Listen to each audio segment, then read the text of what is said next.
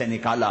وہ کون ہے جسے اللہ نے محمد کا نام دیا؟ میں نے اسے دکان سے نکالا۔ وہ کون ہے جسے میرے اللہ نے احمد کا نام دیا؟ میں نے اسے گھر سے نکالا۔ وہ کون ہے جسے میرے اللہ نے حبیب کہا، خلیل کہا، کلیم کہا، جسے میرے اللہ نے طہ کہا، یاسین کہا؟ اسے میں نے زندگی سے نکالا، جسم سے نکالا، کاروبار سے نکالا، جاب سے نکالا، معاشرت سے نکالا، اخلاق سے نکالا۔ یہ کون ہے؟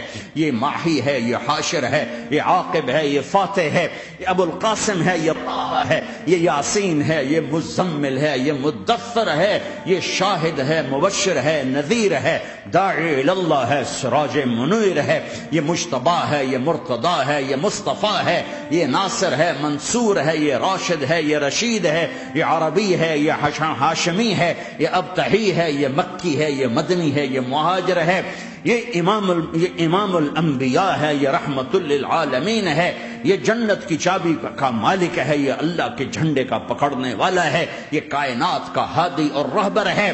یہ وہ ہے جس کو پہلی کتابوں میں کہا جا رہا ہے اجعل السکینۃ لباسہ والبر شعارہ والحق منطقہ والعدل والعفو والمعروف خلقہ والعدل سیرتہ والہدى امامہ احمد اسمہ والاسلام ملتہ۔ پتہ نہیں کہاں سے حدیث مجھے پرانی 30 سال پرانی پڑھی ہوئی یاد آ گئی۔ یہ وہ ہے جسے برمنگم والے بھلا دیں گے پر اس کا رب نہیں بھولا۔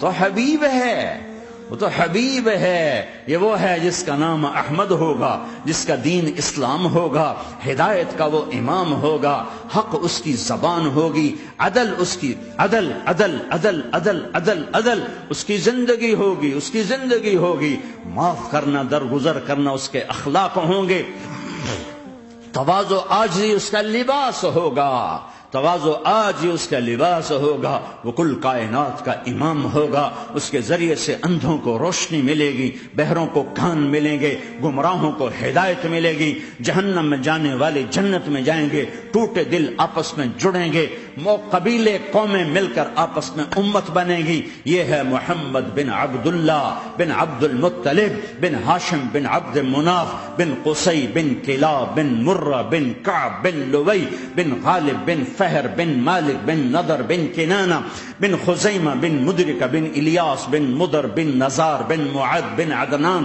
بن اود بن حمیسہ بن سلامان بن عوز بن بوز بن قموال بن ابی بن عوام بن ناشد بن حزاب بن بلداس بن یدلاف بن طابخ بن جاہم بن ناحش بن ماخی بن عیفی بن عبقر بن عبید بن الدعاء بن حمدان بن سنبر بن یثربی بن یحزن بن یلعر بن ارعوا بن عیدی بن زیشان بن عیسر بن اقناد بن ایہام بن مقصر بن ناحد بن زار بن سمی بن مزی بن عوض بن عرام بن قیدار بن اسماعیل بن ابراہیم بن آدر بن ناحور بن سروج بن رعور بن فائج بن عابر بن ارفق شاد بن سام بن نوح بن لامک بن متوشال بن ادریس بن یرد بن ملحلئیل بن قینان بن آنوش بن شیسر بن آدم علیہ السلام۔ ہاں یہ وہ ہے جو آج امت کے گھروں سے نکل گیا، یہ وہ ہے جو دنیا سے جاتے ہوئے امت کو یاد کر رہا تھا۔ ہر کوئی اپنے بچوں کو یاد کرتا ہے۔ میرے باپ ہارٹ اٹیک میں اچانک گئے، بیٹیاں دور تھیں، ایک لاہور میں تھی، ایک فیصل آباد میں تھی۔ وہ کہیں وہ میری دھیاں مینوں ملاؤ، وہ میری دھیاں مینوں ملاؤ، وہ میری بیٹیاں مجھے ملاؤ۔ پر اس وقت نہ کوئی ٹیلی فون تھے ایسے، نہ کوئی ایسے وہ آپس میں کوئی رابطے تھے، تو وہ نہیں پہنچ سکی۔ وہ میرا باپ یہی حسرت لے کے مر گیا کہ میں نے اپنی بیٹیوں کو نہیں دیکھا۔ یہ میرے نبی آج 12 ربیع الاول ہے اور 7 جون ہے، 633 عیسوی ہے اور 11 ہجری ہے اور پیر کا دن ہے اور 10 سے 12 کے درمیان کا ٹائم ہے، اور اشارہ ہو چکا ہے کہ آج محبوب کی ملاقات ہے۔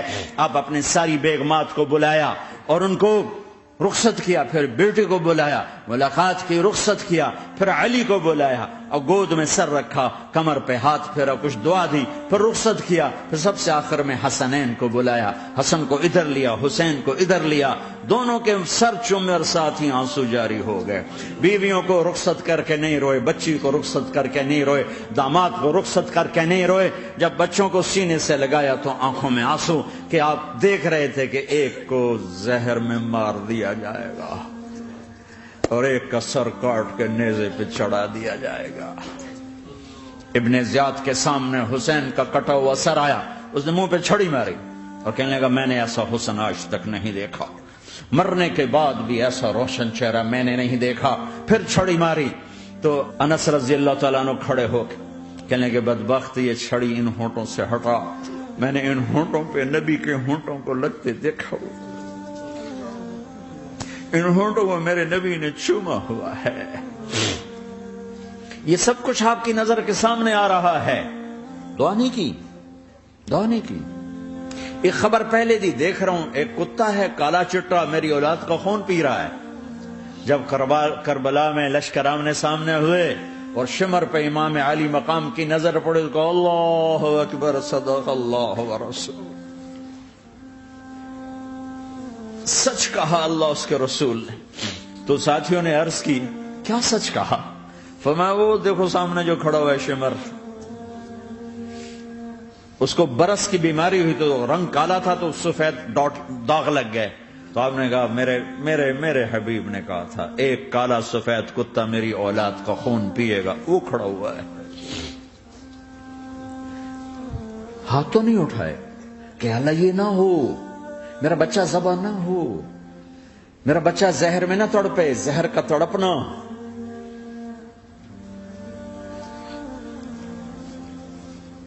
سب کو رخصت کر دیا، جبریل آ گئے، یا رسول اللہ موت کا فرشتہ دروازے پر ہے، اندر آنے کی اجازت چاہتا۔ ہاں جہاں موت پوچھ کے جائے کس ہستی کو بھلایا ہے، چند پونڈ کے پیچھے جہاں موت پوچھ کے جائے۔ آپ نے کہا آ جائے، وہ اندر آئے، السلام علیکم یا رسول اللہ، سلام پیش کرتا ہوں، میں نے آج تک کسی کو سلام نہیں کیا، آپ پہلی ہستی ہیں جنہیں سلام کر رہا ہوں، میں نے آج تک نہیں کسی کو سلام کیا، یا رسول اللہ آپ پہلی ہستی ہیں۔ اللہ نے کہا پوچھ کے اندر جانا، بن پوچھے نہ جانا۔ یا رسول اللہ مجھے حکم ہے کہ آپ سے پوچھوں، آپ جانا چاہیں تو میں لے جاؤں اور رہنا چاہوں تو میں چھوڑ کے واپس چلا جاؤں۔ طارق جمیل سے کوئی پوچھے، آپ سے کوئی پوچھے، پوچھا جا رہا ہے، موت پوچھ رہی کہ آؤں کہ نہ آؤں۔ تو آپ نے کہا اگر میں اجازت دے دوں تو میری جان نکالو گے؟ کہاں جی نکالوں گا۔ تو آپ نے جبریل کو دیکھا، کیا کہتے ہو، کیا کہتے ہو؟ تو جبریل نے عرض کی یا رسول اللہ اللہ آپ کی ملاقات کے شوق میں۔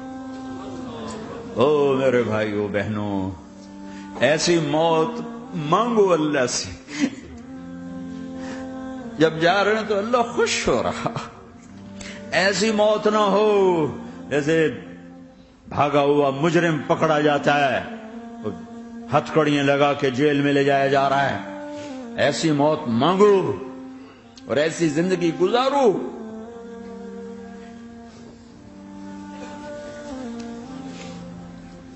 موت ہمارے لیے راحت ہے، اللہ خوش ہو رہا۔ جب سعد بن معاذ کا انتقال ہوا تو آپ نے فرمایا، میرے نبی نے فرمایا، سعد بن معاذ بڑے صحابہ میں ہیں، میرے نبی نے فرمایا کہ آج اللہ کا عرش خوشی سے جھوم اٹھا ہے، چونکہ وہاں تو جا رہے ہیں نا، یہاں سے نکلنا ہے، وہاں تو پہنچنا ہے، وہاں تو خوشی ہے، یہاں غم ہے۔ تو آپ نے کہا، میرے نبی نے فرمایا کہ آج میرے اللہ کا عرش سعد کے پہنچنے پر خوشی میں جھوم اٹھا ہے۔ ایسی موت مانگو کہ اللہ کا عرش بھی خوشی سے جھومے، اللہ بھی خوش۔ کیا کر رہے ہو، کدھر جا رہے ہو؟ اس دھوکے کے گھر، اس مچھر کے پر، اس مکڑی کے جالے، اس دکھوں کے گھر، اس غموں کی دنیا میں کیا ڈھونڈتے ہو؟ جاؤ اللہ کو ڈھونڈو، جاؤ اس کے حبیب کو ڈھونڈو، جاؤ مزے کی زندگی یہاں گزارو، مزے کی نیند قبر میں پوری کرو اور جنت میں ہمیشہ کی راحتوں کے مالک بن جاؤ۔